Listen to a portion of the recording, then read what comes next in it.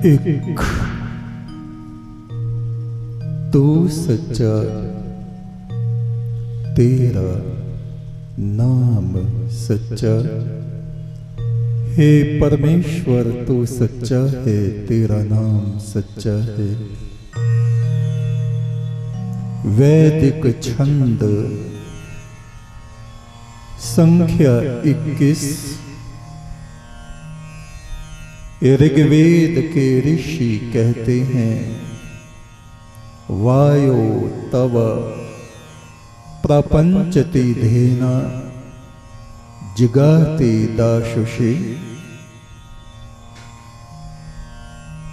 हे आदि ब्रह्म,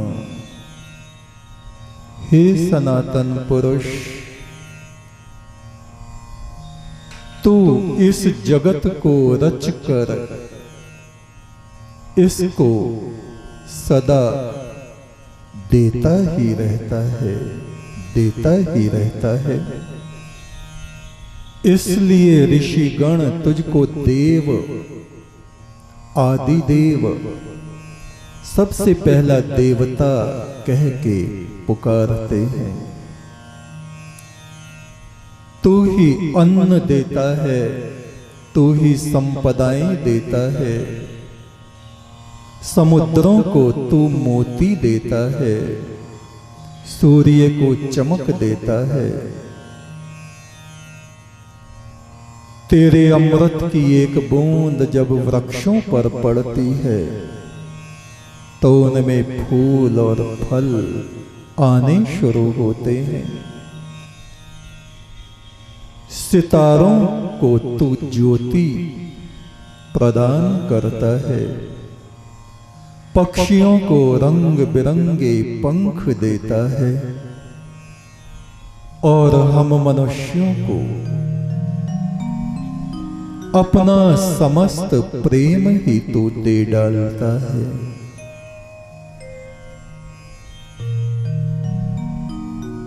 सब संपदाएं, पशु पक्षी वन वनस्पति, राज्य आदि आदि, तू सब कुछ इस मनुष्य के ऊपर वार फेर कर देता है, न्योछावर कर देता है। इतना अधिक तूने मनुष्य से प्यार किया, किंतु हम मनुष्य जगत की तृष्णा में पड़कर तुझसे दूर दूर रास्तों पर भटकते रहते हैं। तृष्णा, वासना, कामना हम मनुष्यों को बहाकर कहीं से कहीं, कहीं से कहीं ले जाती है। ओ रुचि सोम पीतये, जिन पुरुषों ने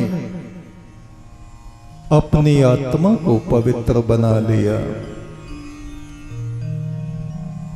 जो ऋषि चर्या में लग गए, जो तेरी आराधना, उपासना और पुण्य कर्मों में लग गए,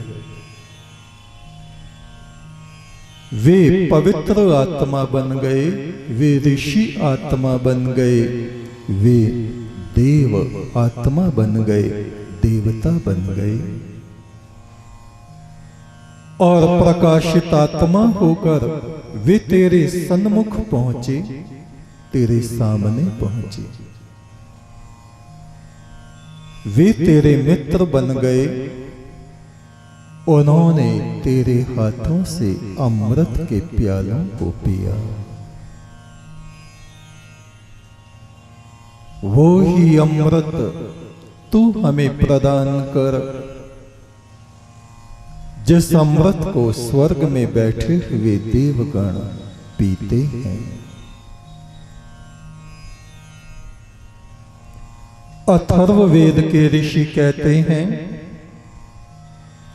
नील शिखंडी वाहन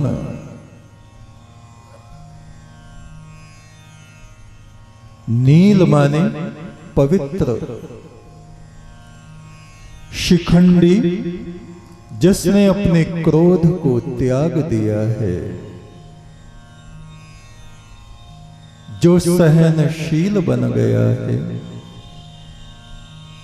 हे परम ब्रह्म, ऐसा पवित्र आत्मा वाला पुरुष तेरा वाहन बन जाता है। वाहन जैसे शिव का वाहन है वृषभ नंदी बैल,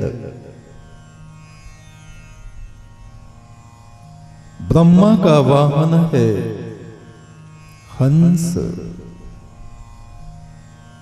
नारायण विष्णु का वाहन है गरुड़,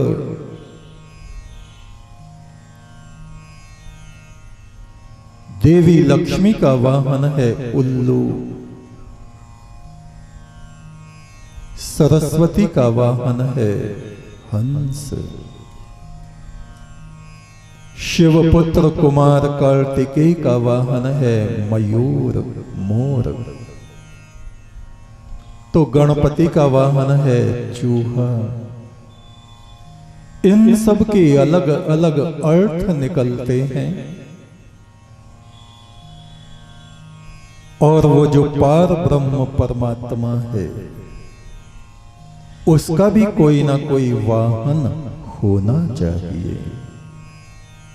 देवताओं के अलग अलग वाहन हैं, मनुष्यों के अलग अलग वाहन हैं। वो जो पार ब्रह्म परमात्मा आदि पुरुष है उसका वाहन क्या है? पवित्र हुई जीव आत्मा। जो जीवात्मा अपने को पवित्र, पावन, स्वच्छ, निर्मल बना लेती है, वह उस परम ब्रह्म पुरुष परमात्मा की सेवकाई में पहुंच जाती है, और वो परमेश्वर उसको अपना वाहन बना देता है। अथर्ववेद में परमात्मा कहता है, हे मेरी जीव आत्मा, जिससे तू मेरा मित्र बन सके, जिससे तू मेरी सेवकाई को प्राप्त कर सके, जिससे मैं तुझे अपना वाहन बना सकूं, मेरे बोझ को तू संभाल सके, उसके लिए शिखंडी भवः। महाभारत में एक शिखंडी पात्र आता है। पिछले जन्म में वो स्त्री था, इस जन्म में वो हिजड़ा है। ऐसे व्यक्ति का जिक्र नहीं है इस मंत्र में। शिखंडी आत्मा के उच्च शिखर पर तुमको जाना है, तो वहां पहुंचने के लिए और उस शिखर पर ठहरने के लिए तुमको क्या करना होगा? साधनाएं तो बहुत हैं, किंतु एक वाक्य परमात्मा हमको कह रहा है, तुम अपने भयंकर क्रोध का त्याग कर दो। विकार तो हम लोगों में बहुत हैं, इतने कि जिनको गिना नहीं जा सकता, पर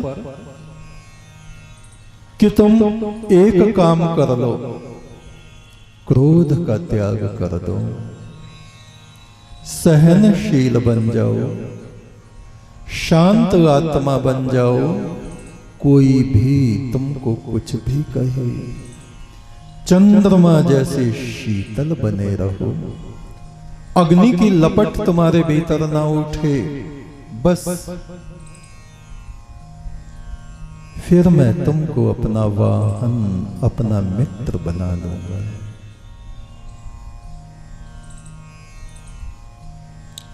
हनुमान केरल प्रांत के राजकुमार। आप जानते हैं हनुमान, हमारे पूरे भारतवर्ष में उनको बंदर जैसा बनाया हुआ है। पता नहीं क्यों, आज तक मुझको तो ये बात समझ में नहीं आई। उनको बंदर किस तरह से लोगों ने बना दिया, पुजारियों ने बना दिया। शरीर मनुष्य का और चेहरा बंदर जैसा। एक राजकुमार, राजा पवन केसरी का पुत्र, उनके दादा भी वहां के अधिराज ऋक्षवान। हनुमान 5 भाई थे।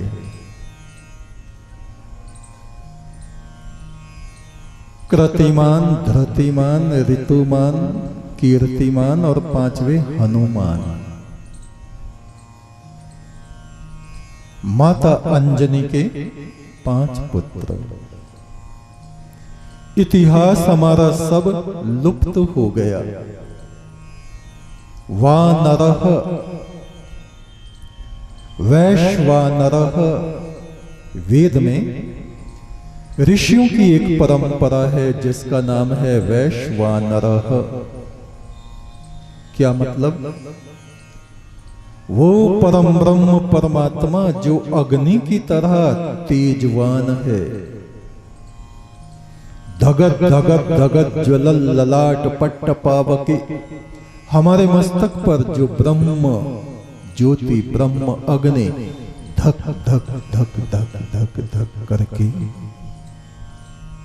प्रकाशमान रहती है, धधकती रहती है, उस अग्नि को जानने वाले ऋषि, उस ब्रह्म ज्योति को परम ब्रह्म से मिला देने वाले ऋषि, उन ऋषियों को दक्षिण भारत में वैश्वानर ऋषि कहा जाता था, क्योंकि वे उस परमात्मा की पूजा आराधना उपासना वैश्वानर नाम से करते थे। वैश्वानर। अब इतने लंबे नाम को कौन ले? ग्राम प्रधान होता है तो उसको क्या बोल देते हैं? गांव का प्रधान, प्रधान। ऐसे ही वैश्य वानर का हो गया वानर, और वानर से लोगों ने समझ लिया बंदर। बिल्कुल गलत हो गया। हनुमान की मां अंजनी गौतम ऋषि की पुत्री अहिल्या की पुत्री। हनुमान की नानी कौन हुई? अहिल्या। नाना कौन हुए? गौतम ऋषि।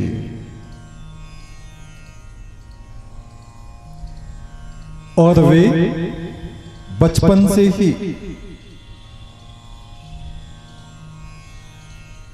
हनुमान को अक्सर महादेव शिव के आश्रम में लेके जाते, वहां बहुत दिनों तक ठहरे रहते। नाद उपासना हनुमान ने भगवान शिव से ग्रहण की। नाद उपासना वो क्या है?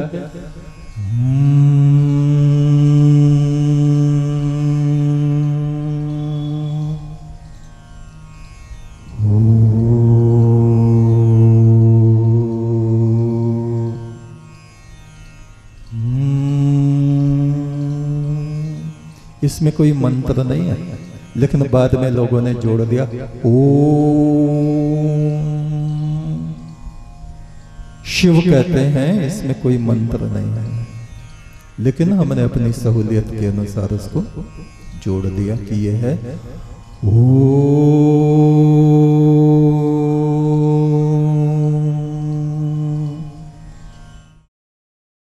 और मुसलमान सूफी संतों ने क्या जोड़ा?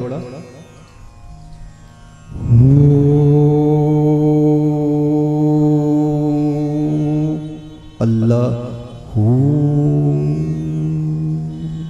ये नाद उपासना। अपने अपने संप्रदाय बैठ गए और कुछ उन्होंने। शिव कहते हैं इसमें कोई शब्द नहीं है, कोई मंत्र नहीं है, केवल नाद, और कानों से उस नाद को सुनना। कान बंद करके अगर आप देखें तो भीतर भी इस तरह की आवाज आती रहती। ये नाद उपासना। और फिर नाद उपासना करने वालों को कहा गया नादिये, और नादिया शब्द बिगड़ के हो गया नांधिया। आप जब कांवड़ लाते तो क्या कहते हैं? हमारा नांधिया पीछे आ रहा है, यानी बैल आ रहा है पूंछ हिलाता हुआ है आदमी। किस तरह से शब्दों के अपभ्रंश होते होते जड़ पकड़ जाते हैं रूढ़िवाद में। नादिये को कह दिया नांदिया, वैश्वानर को कह दिया वानर, वानर को कह दिया बंदर। क्या थे और क्या से क्या हम हो गए। हम हनुमान जी के बारे में बता रहे हैं। बचपन में अपनी मां के साथ बहुत दिनों तक महादेव शिव के आश्रमों में वो कभी कहीं, कभी हिमालय, कभी ब्रह्मपुत्र नदी के निकट, कभी कैलाश में, कभी संभल में। आपको पता है संभल जो है आपके करीब शंभवालय, यहां भगवान शिव बहुत समय तक रहे। काशी में रहे, काशी जो कुबेर की नगरी थी प्राचीन काल में। कुबेर ने वो नगरी मित्रता में भगवान शिव को अर्पित कर दी थी। कैलाश क्षेत्र भी कुबेर का था। कुबेर ने वो कैलाश भी शिव के चरणों में अर्पित कर दिया। प्रभु मुझे कुछ नहीं चाहिए, आपका प्यार, आपकी सेवा, आपके कटोरे में आपके खाए हुए जूठे दाल चावल मुझको मिलते रहे। बस आपकी निकटता, आपकी करुणा की दृष्टि मुझको मिलती रही। कुबेर। और उसी आश्रम में रहते थे हनुमान। हनुमानः, जो बिना बात का अहंकार दिखाता है आदमी, अभिमान, उसके अभिमान को खंड करने वाले, तोड़ने वाले को कहते हैं हनुमान। और उन्होंने चारों वेदों का अध्ययन किया हनुमान ने। अगस्त मुनि ने उनको विशेष रूप से वेदों की शिक्षा दी। भगवान शिव के आश्रम में प्रतिदिन नियम से सामवेद का गायन होता था। बहुत कम लोग जानते हैं कि शिव स्वयं वीणा वादन करते थे। पुराना इतिहास है, लाखों बरस पुराना। उनकी बनाई हुई वीणा आज भी हमारे देश में बजाई जाती है, जिसको रुद्र वीणा कहते हैं। और हमारा सौभाग्य है कि हम आज भी उस वीणा को बजाते हैं। शिव के द्वारा निर्मित रुद्र वीणा, उस वीणा को हनुमान ने भी वहां पर सीखा। और वो भी सामवेद गाते थे। बहुत अच्छा गाते थे, इतना सुंदर गाते थे कि शिव तो उन पर मुग्ध रहते थे। और जो दूसरे देवता वहां पर आते थे, अक्सर आते रहते थे। कश्यप ऋषि के पुत्र उपेंद्र, जिनको हम विष्णु कहते हैं, एक बार वो गए